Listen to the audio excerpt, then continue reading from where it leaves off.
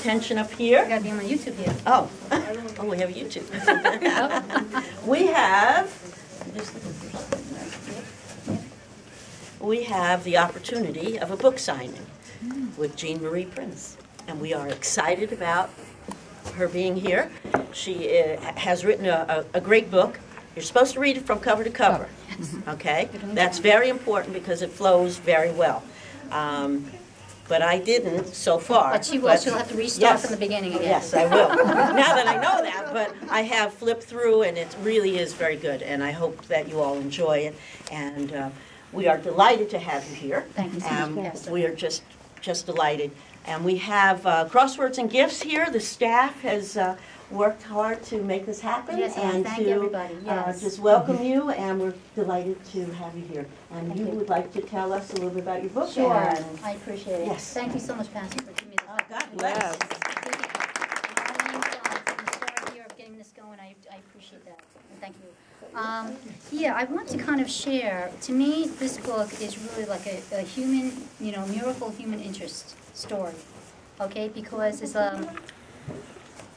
for instance, I was walking in the parking lot in the fall of 2010, and all of a sudden I heard, "Do the book," and it was like, "You're right." And actually, I have just in the book, I said, "You're right," but you know what I actually said? "You're right. That makes sense. Many things could come off from the book." Okay, because what it is that I was actually thinking about doing a gift card line. Okay, so I guess maybe I was thinking about that. I don't really know. So anyway, so it's like, you're right. And so I ended up taking a leap of faith, doing something that I've never ever would have imagined that I could ever do. Okay, in this book, it does start out though in let's say 1998, how I was laying in the bed with my kids, and all of a sudden I started singing, "When we wake up, we should praise the Lord." And so then I was like, let me write down what I'm singing. And that morning, I wrote down 5 little short prayer songs. I was like, wow, okay. So then anyway, it's funny because my kids know it by heart by now. Okay, because we always sang them. So then what happens is, with this book, I take 4 themes, and the first theme being how God took somebody who never had any experience in writing and makes her a writer, okay? I didn't go to college. Really, the last thing I would ever have thought on my to-do list would be to be writing. And I'm sorry, sometimes at times I might send out emails. My grammar really is terrible. But I'm trying. And thank goodness I have editors. I did self-publish, but anyway, they did a great job with this. So I talk about how God was able to do that, and how at one point I even was blessed with over 100 inspirations. And sometimes all of a sudden I'd be driving along the road, and all of a sudden an inspiration would come out, and the melody would come out with it. So it's just funny how, and I'm praying that God, willing down the road, that they would actually become songs, okay? But, so then I talk about how I was able to do that. Then I also, the second theme, okay, is I intertwine it with, and how my life started from, like, why maybe God had chosen me to do this. First of all, so His miracle be shown, to take somebody who actually has no experience in writing and makes her a writer. Second of all, how I was found 2 days old in a bathroom in Korea. And, so I was left there, and actually I was found, and then I lived in an orphanage store. I was 5 years old. Okay, so what you'll see is the fact that I talk about coming to America, Irish mother, Italian father, 4 instant brothers. Okay, yes, and and of course I was the youngest, so that was great. But the thing is that with that you'll see is how I had trials and obstacles in my life. Okay, especially the fact that back in the 70s. There weren't many Koreans, many Asians. And so in a public system, when you have, maybe 2 or 3, you're the minority, okay? And so what happens is, you have the kids that basically will make fun of you and things like that. And so you'll read about how it actually ended up, being such an obstacle for me, okay? But then also you'll hear about the blessings of how I was adopted by like I said, an Irish mother, Italian father, and the 4 instant brothers, and how they just took me as their own. And it's funny because as I was growing up, I never even had the desire to even find my biological parents, because to me I was always there, you know, so it's been a blessing and things like that. And so you'll see that I talk about my life, and and actually it's funny because I had wanted to kind of let you know, everybody read what happens in my life and when I first came to America and things like that. But actually, the Smithtown News, Dimensions for Living, actually did. I just got this yesterday, that they were kind enough and they did a great article here. And Corey Adwar, great publishing. Thank you so much. And so he wrote a great story here. But anyway, he gives it away a little. But you know, so I was like, you know. But anyway, so I'm not gonna say anything. So hopefully you'll read it, okay? And then I also talk about, you know, with my life, I talk about how I come to find my faith, okay? And I mentioned in the fact that I basically went to church every weekend. You know, and I did, you know, the different types of things that you're supposed to do. But did I really believe in God? I really felt like I just believed in God because I was told to believe. It was something that you were used to, you know, things like that. So what happened was then I talk about how I find my faith and how I started to go to a Bible study and really, you know, got into the Bible and really found out the truth. And I asked a lot of questions, you know. And so all of a sudden one day it just clicked. I was like, you're right. It was like black and white, you know, how God opened my eyes. And so that I knew the truth. I knew, you know, from the beginning, the creation, you know, that God did create the heavens and the earth, and that God loves us. In John 3:16, you know, for God so loved the world that He gave His only begotten Son, so that whoever believes in Him shall not perish but have everlasting life. And so I just, you know, I'm just so thankful that God had chosen me and that He saved me. And you know, like I said, many times that I could think of, and it's funny because at another time, I was riding my bicycle to work, and all of a sudden on Carlton Avenue in East Islip, I don't know if anybody's familiar with that. Well, they were doing construction, and so that was already tight to begin with. And so I had the Schwinn, remember the 10-speed bikes, the really thin wheels? And so they were doing construction, and I'm thinking to myself, oh my goodness, I better get off the street because I'm going to be dead, you know? So what happened was, it was an Irish coffee pub, I don't know if anybody's familiar with that, right?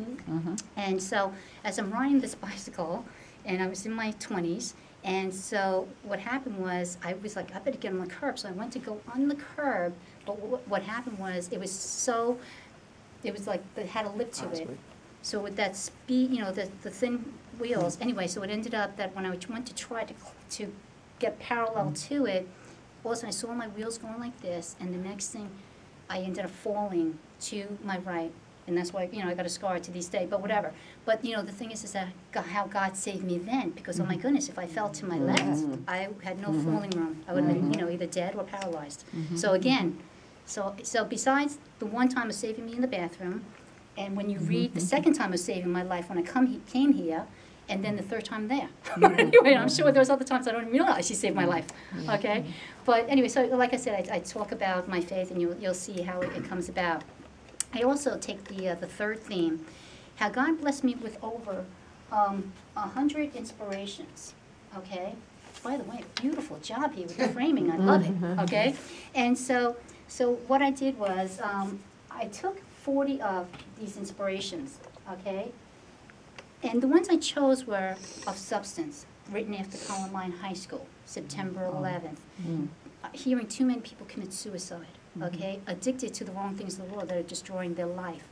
All right, let's say searching for God, losing loved ones. So there are many topics in there, and you know what happened this past week, as we know, with Hurricane Sandy and all the devastation that is going on, and it's just very sad to see. You know, as we are going on about our normal business, there are people out there that are still living in the Hurricane Sandy, and it's really, you know, it's very sad, and I just pray that God will bless them and that they will be able to somehow find hope in their devastating situation.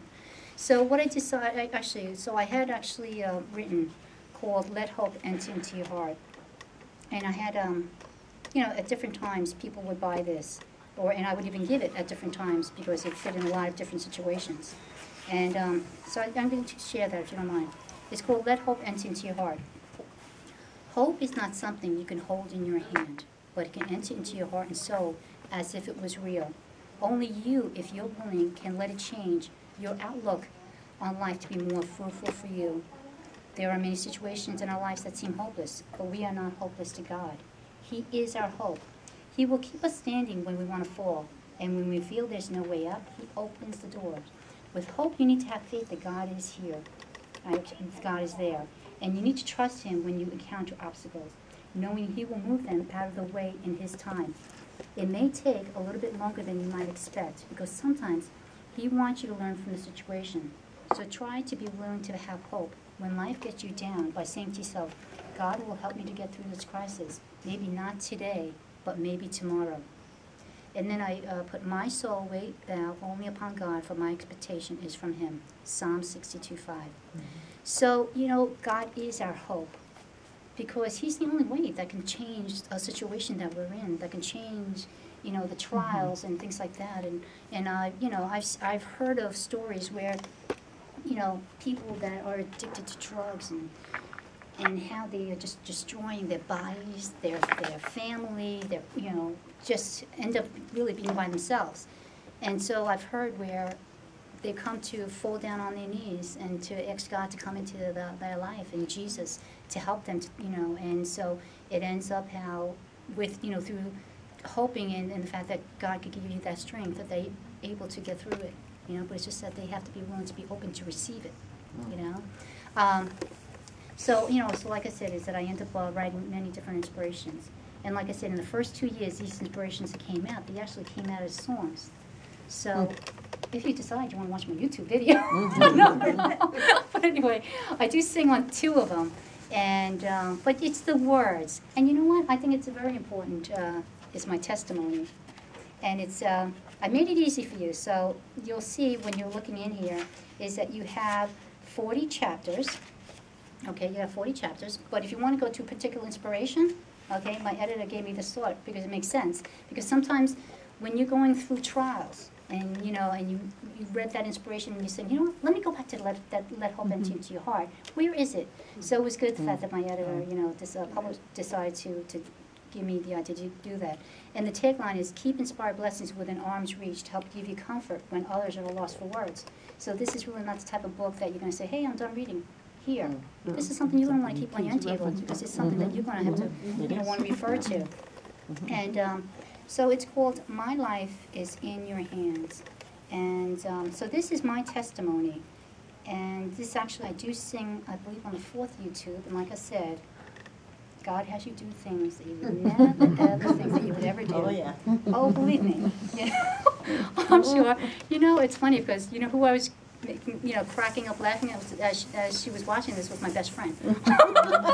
Because she's like saying, you know, because she knows me and just the fact that, wow, but anyway. So it's called My Life is in Your Hands. My life is in your hands. You took control when I was young, when I was not able. So actually, I'll just give you the melody of that. It goes, my life is in your hands. My life is in your hands. You took control when I was young, when I was not able. So that's the chorus, okay? I had no mother to love me or a father to give me a hug. I was left all alone in the strange darkness. Nobody tried to claim me or say that they knew me. But Lord, you were always there, watching over me, making sure that I was fed. You kept me from the cold, and your hands picked me up and brought me to a loving home. Your grace was poured on me, and I was chosen to be saved. Lord, you blessed me in many ways, and I want to thank you. If it was not for your loving, caring ways, where would I be today? Would I still be alive, or would I be left by the corner, and standing on the corner, held by the evil of the world? I'm so glad to know you chose me for your very own. I will sing your praises forevermore. And then the Bible verses, the Lord preserved the simple. I was brought low, and he helped me. Psalm 116:6. Like I said, this book is truly a miracle because, honestly, these inspirations, they were written within a half hour to an hour, and they average about 20 lines. Absolutely no way I would have been able to do that on my own. I wouldn't even have been able to write one inspiration, you know, and really I want people to truly believe that, truly understand that. That's why, like, when I heard, do the book, you know what I mean? Like, I didn't even question it, I just did it, and I'm just so glad because I would have never known that that's almost a 1-year anniversary of Inspired Blessings. And if you go